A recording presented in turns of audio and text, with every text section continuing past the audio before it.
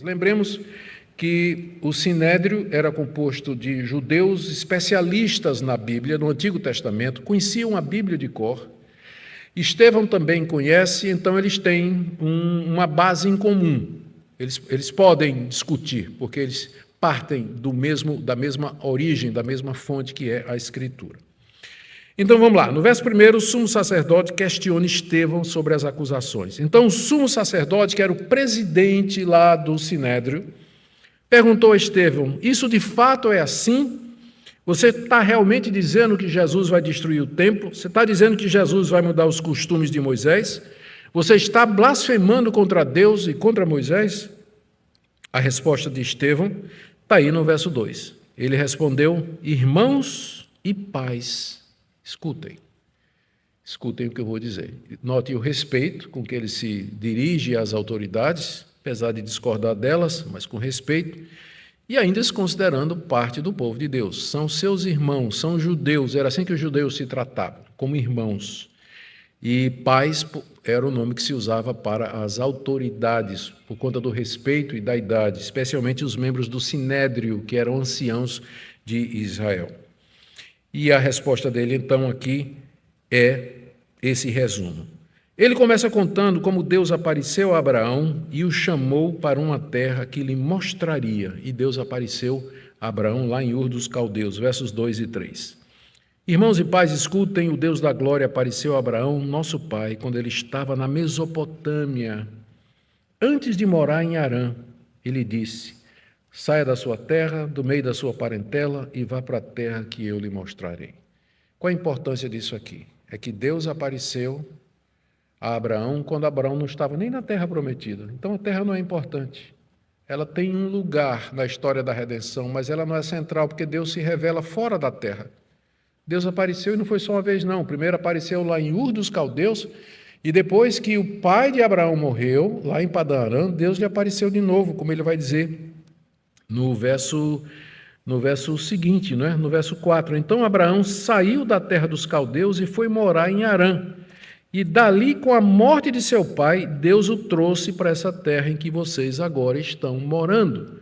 Ou seja, essa terra que vocês agora estão morando, antes de vocês virem morar aqui, Deus já tinha aparecido a Abraão pelo menos 2 vezes, fora dela. Portanto, a terra, ela não é central ao plano de Deus, ela não faz parte central, indissolúvel da revelação e da religião que Deus deu aos nossos pais. Aí ele continua: na ocasião, quando Deus chamou Abraão, não lhe deu nenhuma terra, mas prometeu que daria terra aos seus descendentes, ainda que Abraão não tivesse filhos. Verso 5. Nela, na terra de Canaã, Deus não lhe deu herança, nem sequer o espaço de um pé, mas prometeu dar-lhe a posse dela e depois dele a sua descendência, embora Abraão ainda não tivesse filhos. Aqui ele está destacando a fé de Abraão, a confiança de Abraão e o fato de que Abraão morou na terra, mas a terra não era dele ainda. Então o tema da terra é importante, é muito importante, porque era importante para os judeus na época de Estevão. Aquela era a terra prometida, é a terra que Deus nos deu. Aqui é a terra santa, é o lugar da revelação de Deus. Estevão está dizendo: vamos dar uma olhadinha na história. Deus só se revelou aqui? Ele só é Deus de Canaã ou ele não é Deus de fora também? Esse é o ponto dele aqui, esse é o argumento.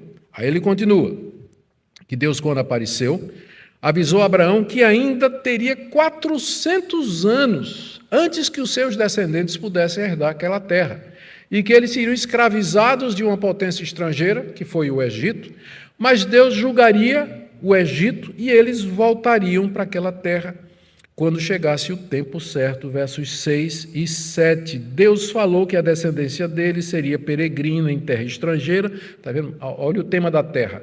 Os descendentes de Abraão foram morar numa terra estranha, antes de morar em Canaã.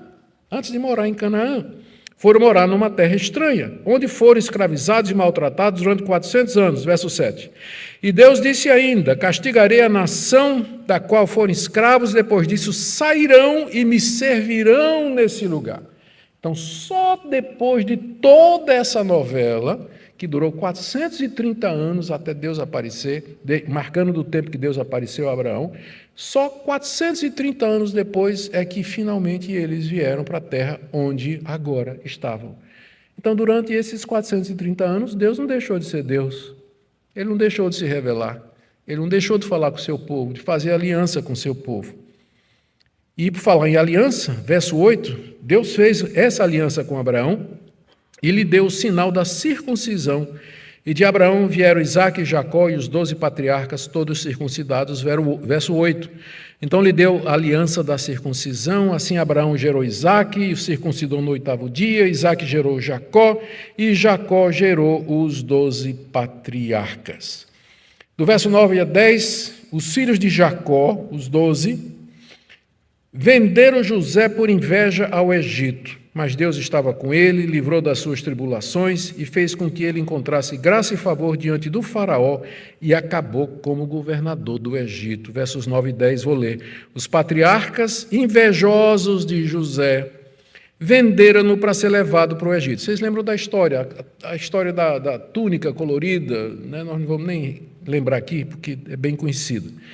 Eles tiveram inveja, venderam para ser levado ao Egito, mas Deus estava com ele. Note aqui o contraste, né? A atitude dos patriarcas, mas Deus estava com José. E o livrou de todas as suas aflições, concedendo-lhe também graça e sabedoria diante de Faraó, rei do Egito, que o constituiu governador daquela nação e de toda a casa real. Aqui Estevão já começa a fazer o ponto dele. Aquele que Deus havia escolhido para ser o preservador dos descendentes de Jacó, ele foi rejeitado pelos seus irmãos. Mas Deus o livrou. E Deus o fez, Deus o exaltou como sendo governador na terra do Egito. Deus revertendo os planos malignos dos seus irmãos e cumprindo o seu plano de trazer um libertador e um provedor para a descendência de Jacó. Aqui nos versos 11 a 13, Estevão lembra daquela fome que veio sobre o mundo quando Jacó teve que mandar seus filhos ao Egito comprar alimento. Por 2 vezes, e na segunda vez, José se manifestou para eles, eu vou ler de 11 a 13. Depois houve fome, grande sofrimento em todo o Egito e em Canaã, nossos pais não achavam o que comer, mas quando Jacó viu que no Egito havia trigo, mandou pela primeira vez os nossos pais até lá. Na segunda vez, José se fez reconhecer pelos seus irmãos e o faraó veio a conhecer a família de José. E aí o final do livro de Gênesis, encerrando a saga dos patriarcas, aí nos versos 14 e 16, quando Estevão resume dizendo que José mandou buscar Jacó, toda a sua família, eles vieram ao Egito, morreram lá, Jacó foi enterrado em Canaã, conforme o seu desejo. Vamos ler aqui, verso 14 em diante. José mandou chamar Jacó, seu pai, toda a sua parentela, isto é, 75 pessoas. Há uma dificuldade aqui, porque o texto lá no Antigo Testamento fala de 70 pessoas, mas Estevão botou 75, então os estudiosos discutem, porque é que ele aumentou em 5 aqui. Então, até hoje é um motivo de debate, não é? De qualquer forma, 75 pessoas, Jacó foi para o Egito e ali morreu, ele e também os nossos pais, depois, no Egito, né? Lembrando, depois eles foram transportados para Siquém, em Canaã, e postos no túmulo que Abraão tinha comprado dos filhos de Amor em Siquém, pagando um certo preço. Pergunta, o que é que Estevão queria mostrar com essa recapitulação da história dos patriarcas? Abraão, Isaque, Jacó, José. E aqui no caso, Estevão, ele resumiu o livro de Gênesis todinho em 16 versículos. Mas qual é o ponto dele aqui? Ele não chegou no final ainda, mas a gente já pode aqui antever o que é que Estevão está querendo mostrar ao Sinédrio e aos judeus. Primeiro, ele quer mostrar que Deus apareceu a Abraão fora da terra prometida, lá na Mesopotâmia, e não foi uma vez só não, foram 2. Depois ele apareceu a José na terra do Egito. Portanto, Deus não está preso ou limitado à terra de Canaã para se manifestar. Os judeus que estavam acusando ele de falar contra o templo ou contra aquele santo lugar, estavam partindo do pressuposto que ali era o local de Deus e que Deus só existia, só se manifestava, só agia ali. Estevão mostra pela história que isso não é verdade, que aos patriarcas Deus já havia se revelado de outra forma. O segundo ponto de Estevão aqui é que quando Deus chamou Abraão, Isaque e Jacó e fez a aliança com eles, lhes deu a circuncisão como sinal da aliança, prometeu a terra e não tinha templo ainda. O templo só vai ser construído séculos depois, quando os descendentes de Abraão conquistam a terra prometida, depois vem o tempo dos juízes, é um tempo de caos, depois vem a monarquia, quando o sacerdote Eli falha, surge o profeta Samuel, que unge o rei Saul, que falha, aí vem o rei Davi, e aí vem Salomão, Roboão, o reino se divide, e é somente no tempo de Salomão que o templo vai ser construído. Então, séculos depois, antes disso, antes de haver templo, Deus já tinha feito uma aliança, já tinha dado a circuncisão, já tinha feito promessas. Então, o templo ele não é essencial para a religião que Deus revelou aos judeus. Ele cumpre um propósito. Ele indicava o local da centralização do culto, mas Deus podia ser adorado fora dali, em outros lugares. Não era alguma coisa que tinha que perdurar para sempre, mas tinha um caráter provisório. Terceira coisa que eu entendo que Estevão está querendo mostrar aqui é que, da mesma forma, quando a aliança foi feita com os patriarcas, a lei de Moisés ainda não tinha sido dada. A lei de Moisés foi dada 430 anos depois que Deus fez o acordo com Abraão, Gênesis 17, e lhe deu o sinal da circuncisão. Portanto, os costumes de Moisés eram sim provisórios. Lembrem que essa era uma das acusações contra Estevão, que ele estava dizendo que Jesus ia mudar os costumes e a lei de Moisés. E Estevão está dizendo, mas eles nunca foram permanentes. Eles nunca foram. A lei de Moisés, quando ela foi dada com seus rituais, sacrifícios, animais, sacerdotes, toda aquela ritualística, antes disso Deus já tinha falado com Abraão fora da terra. Deus já tinha feito uma aliança com ele, já tinha dado a circuncisão. Tinha passado 430 anos. O templo nunca era para ser provisório. Por que vocês estão dizendo que eu estou blasfemando quando agora eu digo que chegou a hora do templo ser destruído, de passar? Porque ele já cumpriu seu propósito. Ele era um tipo, uma figura do Messias, cujo corpo é o templo e que se ofereceu em sacrifício no altar do Calvário. Essa era a mensagem dele. Ele pregava isso, que Jesus era o Cristo e que tinha cumprido todas as profecias do Antigo Testamento sobre ele. Portanto, os costumes de Moisés eram, sim, provisórios.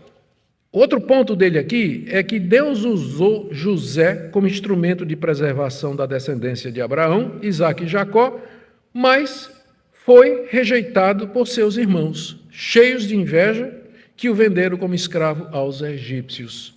Deus, contudo, estava com José. Aqui é talvez a figura mais clara de Cristo nesse primeiro resumo. Deus estava com José e transformou os planos malignos dos seus irmãos em bênção e exaltou José como libertador e preservador. Aqui você pode ver como Estevão se refere a José como uma figura de Cristo. Esse José, que foi rejeitado pelos seus irmãos, que foi odiado pelos seus irmãos, vendido e traído pelos seus irmãos, foi aquele que Deus exaltou como governador e rei da maior potência daquela época para poder salvar o seu próprio povo. E no tempo certo se manifestou e deu a conhecer a eles. Ou seja, Estevão está dizendo que José é uma figura de Cristo, é um tipo de Cristo. Está óbvio, né? Pela narrativa, pelo contexto, é isso que ele está dizendo. E ele vai dizer, olha, isso que vocês fizeram com José, nossos pais fizeram com José, vocês estão fazendo com Cristo. Só que vocês já o venderam, já o mataram, mas ele está exaltado à direita do Pai e tem todo o poder no céu e na terra.